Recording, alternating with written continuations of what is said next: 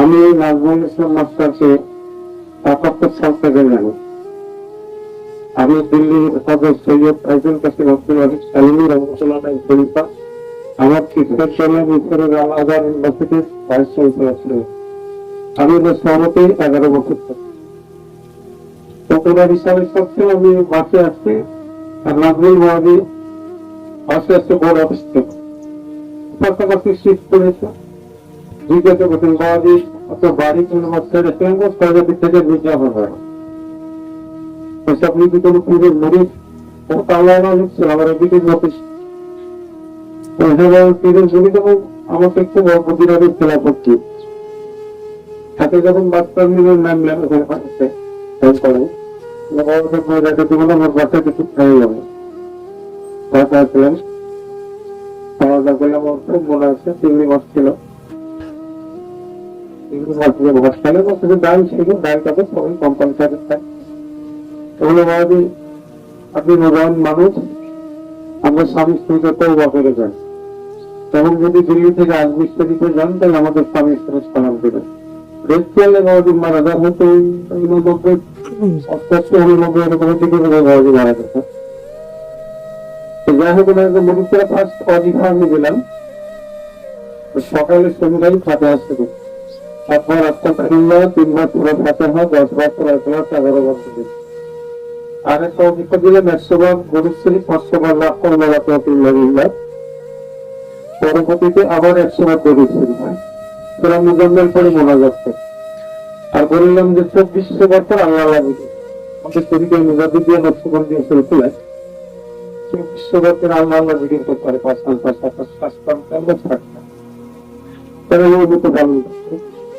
আমার দিকে আমার মনে হয় না এই অঞ্চলে এরকম একটা মেয়ে পাওয়া যাবে। প্রতি 7 দিন পর্যবেশীল আল্লাহ হবে, প্রতি মাসে একটা করে কোরআন শরীফ খতম দিত, মোবাইলে গান করবো একটা কোরআন খতম দিত। কিন্তু তাদের কাছে ছেলে আছে। নাজমুল মাহাদি বলে গেছিল যে এটাই আমার আব্বা, তোমার আব্বা, ওনার কিনা হচ্ছে বাড়ির বাইরে যাবো না। বাপের বাড়ি গেলে সবাই জানে, বাপের বাড়ি গেলে আমার পারমিশন ছাড়া বাপের বাড়ি যেত না।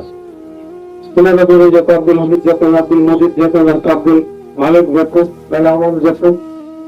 এত আল্লাহ বর্ণনা করতে পারবো না। এবার আমরা সময় কাছাকাছি আমরা যাওয়ার ব্যবস্থা নেব। আর ততদিন সাংগঠনিক বাড়িতে আব্দুল হামিদকে বললেন আল্লাহ রকম দেখেন আল্লাহর ঘর বাইনবীর রাজা জিয়ারত করে আসেন। আল্লাহ খুব অল্প সময় পবিত্র মুসলমানদের নতুন বর্ষ হচ্ছে মহরম মাস। আমাদের নতুন বর্ষ হচ্ছে মহরম, আমাদের ডিসেম্বরে যে ইহুদি খ্রিস্টানদের অথচ দেখেন তো মহরম মাস নতুন বর্ষ চলছে। একটা ছেলে কোরআন নিয়ে বললো, কোরআনের কোনো আলোচনা করলো, কোরআনের কোনো মজলিস করলো। যাই হোক আমি বেশি কিছু বলবো না, এক কথাই বলবো, আমার এই মেয়ে প্রতি 7 দিন আল্লাহ আলিয়াতে কোনো সন্দেহ নেই।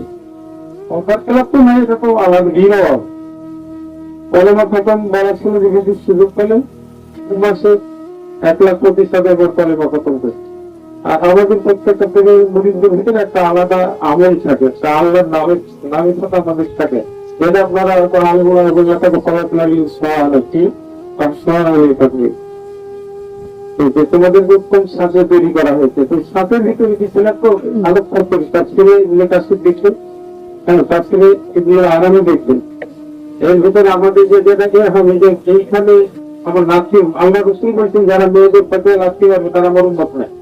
তাহলে এখানে বাচ্চা গান, এই বাচ্চা গান আমরা আলিফ থেকে ইয়া পর্যন্ত যে 28টা হরফ বা 30টা হরফ, এই হরফে একজনের হয়তো আলিফ হরফ হইতে পারে, বা হরফ হইতে আপনি হরফ হইতে পারে। ওইখান থেকে আর কামেল মোকাম্মেল আল্লাহর বলি তারা বাছাই করেন যে এই নামটা ওর এই সাথের ভিতরে আর দিনের ভিতরে তাদের সাথের ভিতরে নামটা ছিল। এইরকম একটা নাম নাজমুল মাহাদি দেওয়া ছিল, আমাদের সবচেয়ে ক্লাব প্রাইভেট এগুলো দেওয়া ছিল। এটাও তারা বাসে মধ্যে সহযোগ করে খতম করছে। ব্যবস্থা আমরা দিবেনি যারা কমিয়ে আগে বাতলাম সফা আল্লাহর হাবিবের যত জিয়ারত করে আসছি আল্লাহ হাবিবকে সফল করবেন। আপনি যখন মক্কায় চলে যান বলাপ্রাপ করবেন, কারণ মক্কা আল্লাহ আপনাকে দাওয়াত করেছে, ভুল আল্লাহ মাফ করে দিবেন। মদিনায় চলে গেছেন, আল্লাহর হাবিব আপনাকে দাওয়াত করেছে, আপনার ভুল ভ্রান্তি হলে মাফ করে দিবেন তো? এর ভয়ের কোনো কারণ নাই। আমরা সকলেই একবার কলেমা পড়ি, লা ইলাহা ইল্লাল্লাহ محمد رسول الله لا إله إلا الله محمد رسول الله বাস থেকে ফিরে আসার পরে তখন যাবো বাসায় গিয়ে কয়েকদিন আমার আপনাদের এখানে থাকবো, আপনাদের এখানে থাকবো, ওখানে বসে আমাকে রিভিউ দিয়ে ফেলবো আমার আপনাদের এখানে আছে রেজাল্টের বসাতে। হ্যাঁ রেজাল্ট তোমার কাছে ছিল না? হ্যাঁ রেজাল্টের বসা ছিল, লম্বা থেকে ছিলেই আমি আপনার দরবারে আসবো। তারপরে বর্তমানে যখন ছিল তখন একজন হাবিবের সাথে কথা বলতাম, তারা সবকিছু জানাতেন। হ্যাঁ হয়ে যাচ্ছে আমার কথায়। আমি এতটুকু আপনাদের বলবো, যেমন দুনিয়ায় যার টাকা বেশি তার একটা পুঁজি আছে, আখেরাতের পুঁজি বেশি বেশি কোরআন তেলাওয়াত করেন, বেশি বেশি কলেমা তেলাওয়াত করেন, আর যদি সম্ভব হয় কোন হাক্কানি রব্বানি পীর মুর্শিদের কাছে খাস কোনো বটা একবার করে দেওয়া আলাইহিল্লাহ ওয়া আসসালামু আলাইকুম।